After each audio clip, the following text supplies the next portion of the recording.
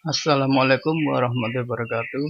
Selamat berjumpa dengan Pak Anang. Hari ini kita akan belajar statistik dengan kompetensi dasar ukuran pemusatan data kelompok. Sebelum itu, mari kita berdoa dulu menurut agama dan keyakinan masing-masing. Berdoa mulai. Sudah selesai? Ukuran pemusatan data kelompok ini sudah Pak Anang berikan pada materi minggu kemarin, tapi mengingat hasilnya kurang memuaskan, maka Pak Anang coba menerangkan melalui video.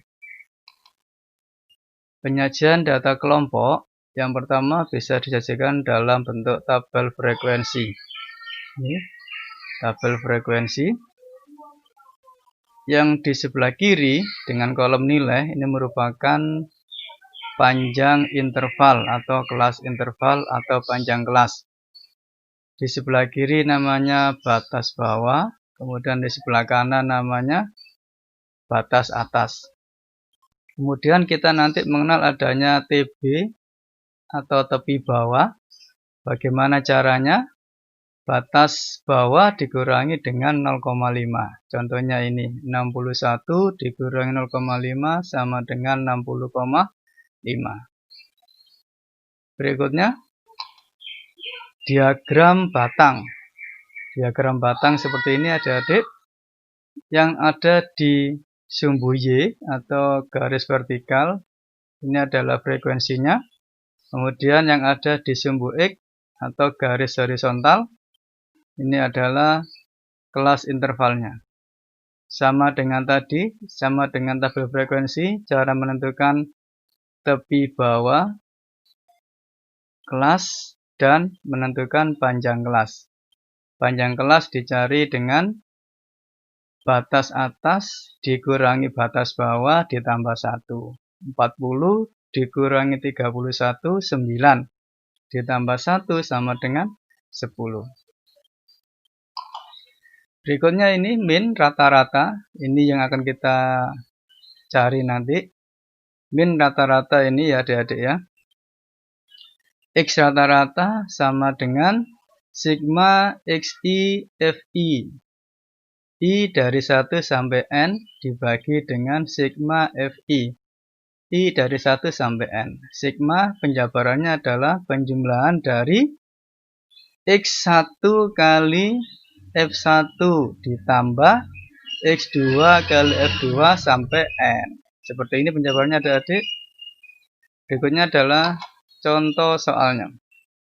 Ini perhatikan data pada tabel. Ini tabelnya. Kemudian ini ada 2 kolom, perhatikan adik-adik ya. Kemudian kita kerjakan. Pada soal tadi, ini ada 2 kolom. Kemudian kita tambah 2 kolom lagi.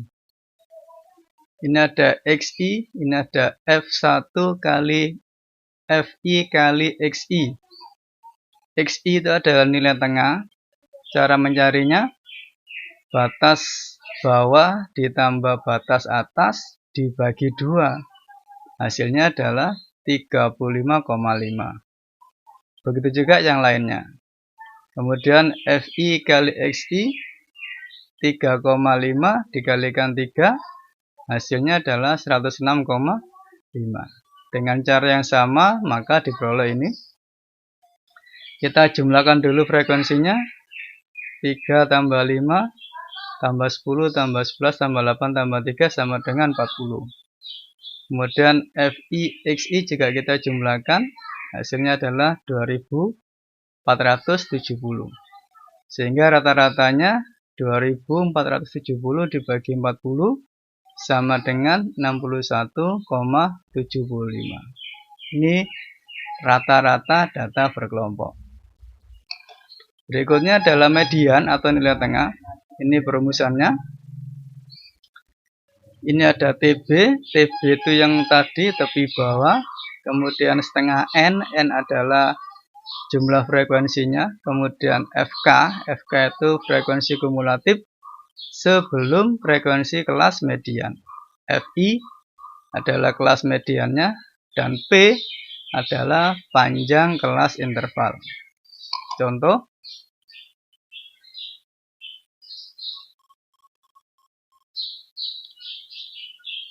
Ini adik-adik contohnya ya. Ini tabelnya. Perhatikan data pada tabel berikut. Berapakah median data di atas? Nah, ini adalah yang tadi. Cara menentukan median, maka kita harus menentukan pertama kali kelas mediannya. Caranya bagaimana? Kita hitung frekuensinya, kita jumlahkan. 3 tambah 5 tambah 10 tambah 11 tambah 8 tambah 3 sama dengan 40. 40 kemudian kita bagi 2, hasilnya adalah 20. Kemudian data ke-20 kita tentukan dari atas. 3 tambah 5 tambah 10 tambah 11, hasilnya adalah 29. Oh, ternyata data ke-20 ada di frekuensi 11 atau kelas interval 61 sampai 70. Kemudian kita tentukan TB-nya. TB-nya yaitu tepi bawah kelas median 61 dikurangi 0,5. Hasilnya adalah 60,5. Kemudian kita tentukan frekuensi kumulatif kelasnya sebelum kelas median. Berarti ini frekuensi di atas frekuensi kelas median kita jumlahkan. 10 tambah 5 tambah 3 sama dengan 18. Kemudian panjang kelasnya dengan cara yang tadi, 70 dikurangi 61 ditambah 1 sama dengan 10. Kemudian ini adalah frekuensi kelas mediannya. Kemudian ini kita masukkan ke rumus mediannya sehingga diperoleh nilai median 62,32. Berikutnya modus. Modus yaitu nilai yang sering muncul. Ini modusnya. Ada TB, ada D1, D2. P-nya sama dengan tadi, panjang interval. D1, selisih frekuensi kelas modus dengan kelas sebelumnya atau kelas di atasnya. Kemudian D2, selisih frekuensi kelas modus dengan kelas sesudahnya atau di bawahnya. Contoh, dalam bentuk diagram. Ini adalah frekuensinya, yang ini adalah panjang interval kelasnya. Kita tentukan kelas modusnya dulu, anak-anakku sekalian. Bagaimana caranya? Kita cari frekuensi terbanyaknya dulu. Yang mana? Atau dengan kata lain, batang yang paling panjang. Batang yang paling panjang adalah ini. Nah, ini frekuensinya adalah 12. Maka kelas modusnya ada di antara 45 sampai 49. Itu nilai modusnya.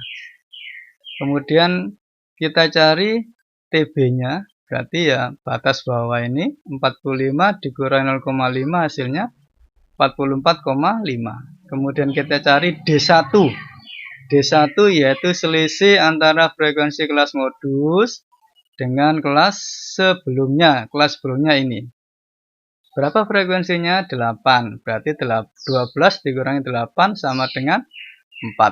Kemudian kita cari D2-nya, yaitu selisih antara frekuensi kelas modus dengan kelas sesudahnya. Yaitu 12 dikurangi 6 sama dengan 6. Dari ini kita masukkan ke rumus modusnya, diperoleh nilai 46,5. Nah, agar anak-anakku sekalian bisa mengerti dan memahami ukuran pemusatan data berkelompok, maka silakan kalian kerjakan LKS-nya, tugas mandiri halaman 46, nomor 1-5, kemudian tugas HOTS halaman 47. Saya kira itu anak-anakku sekalian, semoga bisa memahami dan mengerti sehingga hasilnya akan lebih baik dari yang minggu kemarin. Selamat mengerjakan. Assalamualaikum warahmatullahi wabarakatuh.